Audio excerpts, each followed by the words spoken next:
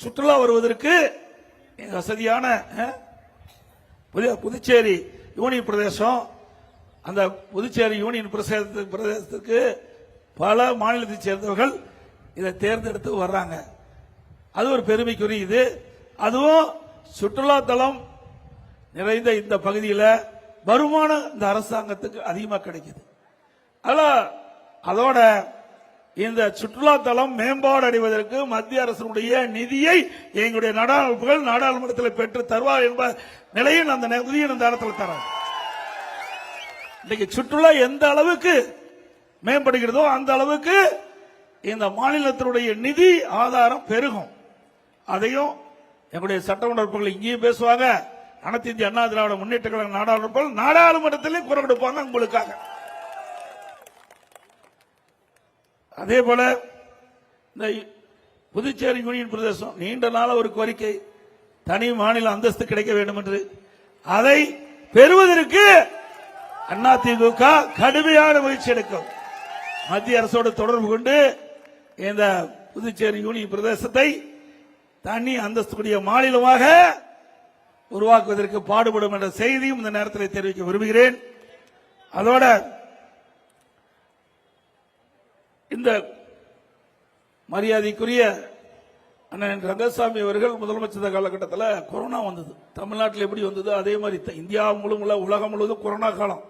அந்த கொரோனா காலத்தில் மக்கள் படுகிற துன்பத்திலிருந்து மீட்டெடுத்தது இந்த புதுச்சேரியில் இருக்கிற அன்றைய முதலமைச்சர் அவர்கள். எவ்வளவோ அடிப்படை வசதி செஞ்சு கொடுத்தாங்க. அதே போல பாரத பிரதமர் நரேந்திர மோடி அவர்கள் திறமையா செயல்பட்டு இன்றைக்கு கொரோனா வைரஸ் பரவலை தடுப்பதற்கு அதற்கு தேவையான மருந்துகளை கண்டுபிடித்து விலை மதிக்க முடியாத உயிரை காப்பாற்றப்பட்டது மத்திய அரசாங்கத்தின் மூலமா. சாதாரண வல்லரசு நாட்டில் கூட அதற்கு தேவையான மருந்துகள் கண்டுபிடிக்கவில்லை.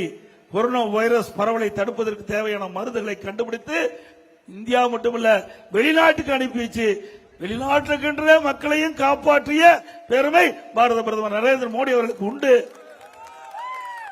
அந்த காலத்தில் இந்த மாநிலம் மிக சிறப்பாக செயல்பட்டது, மக்களிடத்தில் மிகப்பெரிய வரவேற்பு பெற்றது. இந்த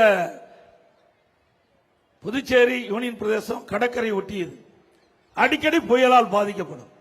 அதுபோல இந்த மாநிலம் முழுவதுமே ஒரு காரைக்கால் எடுத்துக்கலாம், அங்க அடிக்கடி புயலால் பாதிக்கப்படும்.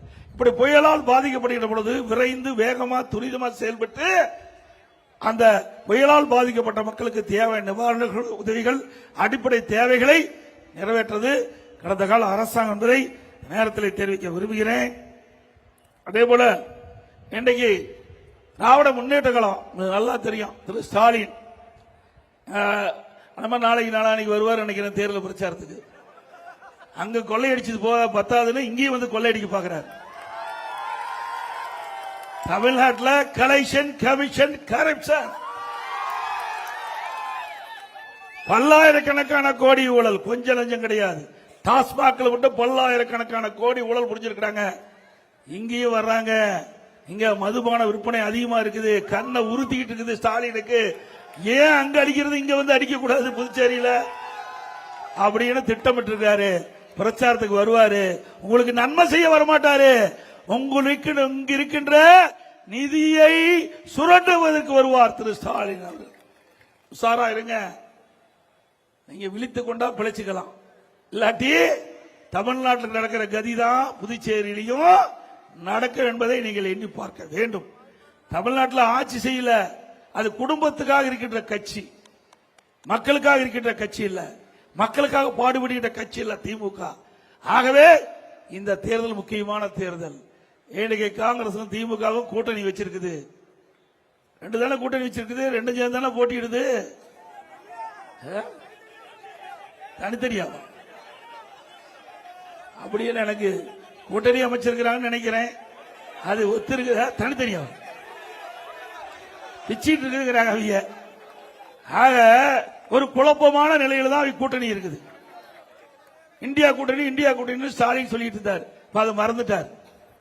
சூழ்நிலைக்கு தக்கவாறு தன் நிலைப்பாட்டை மாற்றக்கூடிய கட்சியுடைய தலைவர் திமுக தலைவர் ஸ்டாலின். பச்சைவந்தி உங்களுக்கு நல்லா தெரியும், அடிக்கடி கலர் மாறுகின்ற கட்சி. அதே போல திராவிட முன்னேற்ற கழக கட்சியுடைய தலைவர் அடிக்கடி நிறம் மாறுவார். சந்தர்ப்ப சொல்லிக்கு தக்கவாறு முடிவெடுக்கக்கூடியவர் ஸ்டாலின். அங்க தமிழ்நாட்டில் என்னன்னா இன்னைக்கு திமுக தலைமையில் ஒரு கூட்டணி, அதுல காங்கிரஸ், கம்யூனிஸ்ட் கட்சி, விடுதலை கட்சி, முஸ்லீம் இருக்குது. இங்க அங்க ஒத்த கொள்கையுடைய கட்சின்னு சொல்றாங்க. இங்க வந்தா அந்த கூட்டணி கட்சிக்கு வெப்ப நாம் போட்டார்.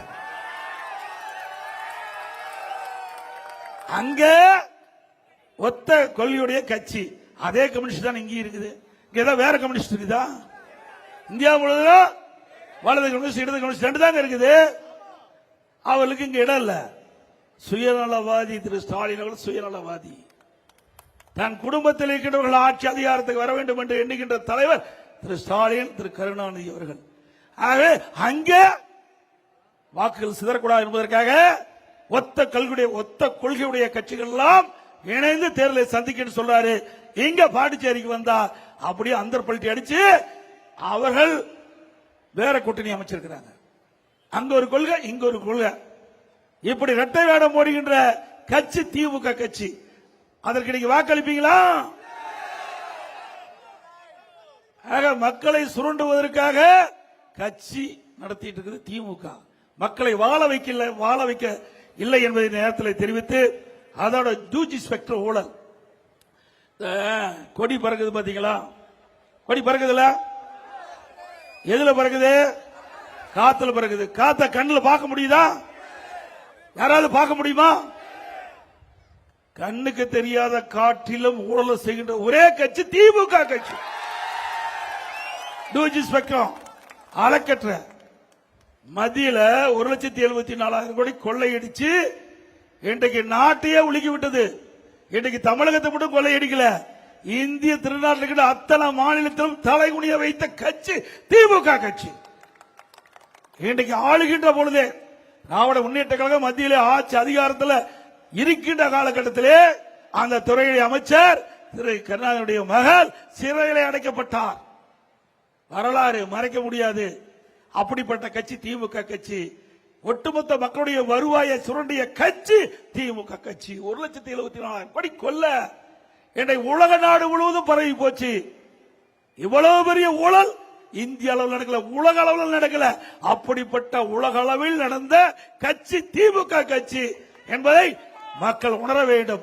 அப்படிப்பட்ட கட்சி தலைவர் இங்கே வருவார், வாக்கு சேகரிக்க வருவார், அவருக்கு தகுந்த பதிலடி கொடுக்க வேண்டும் என்று அன்போடு இந்த நேரத்தில் கேட்டு, எங்களுடைய தேசிய ஜனநாயக கூட்டணியில் அங்க வைக்கின்ற அனைத்து இந்திய அண்ணா திராவிட முன்னேற்ற கழக கட்சிக்கு உங்களுடைய பொன்னான வாக்களை 2 லட்சத்தில் வாக்களித்து வெற்றி பெற செய்யும். எங்களுடைய வேட்பாளர் அறிவிச்சவர் அன்பழகன் அவர்களும், மரியாதைக்குரிய அறிவு சகோதரர் திரு ஏ காந்தி அவர்களும் உங்களுக்காக பாடுபடக்கூடியவர்.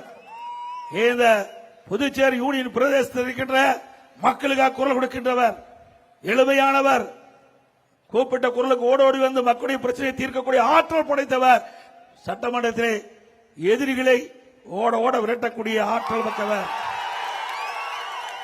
அனைத்து இந்திய அண்ணா திராவிட முன்னேற்ற கழகம் புதுச்சேரி மக்களுக்கு நன்மை கிடைப்பதற்காக பாடுபடும். அதே நேரத்தில் புதுச்சேரி மக்களுக்கு ஏதாவது தீங்கு விளைக்கின்றது நிலை வந்தால் அதை முதல் எதிர்ப்பது அண்ணா திமுக உறுப்பினர்.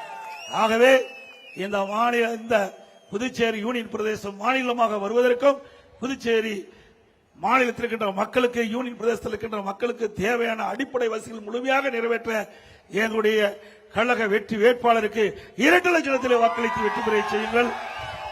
எங்களுடைய கூட்டணி கட்சி வெற்றி பெற செய்து மீண்டும் புதுச்சேரி யூனியன் பிரதேசத்திலே ஒரு நல்ல ஆட்சி மலர தேசிய ஜனநாயக கூட்டணி வேட்பாளர் அனைவரும் வெற்றி பெற நீங்கள் துணைநிற்க வேண்டும் என்று கேட்டு எனது உரையை நிறைவு செய்கின்றேன்.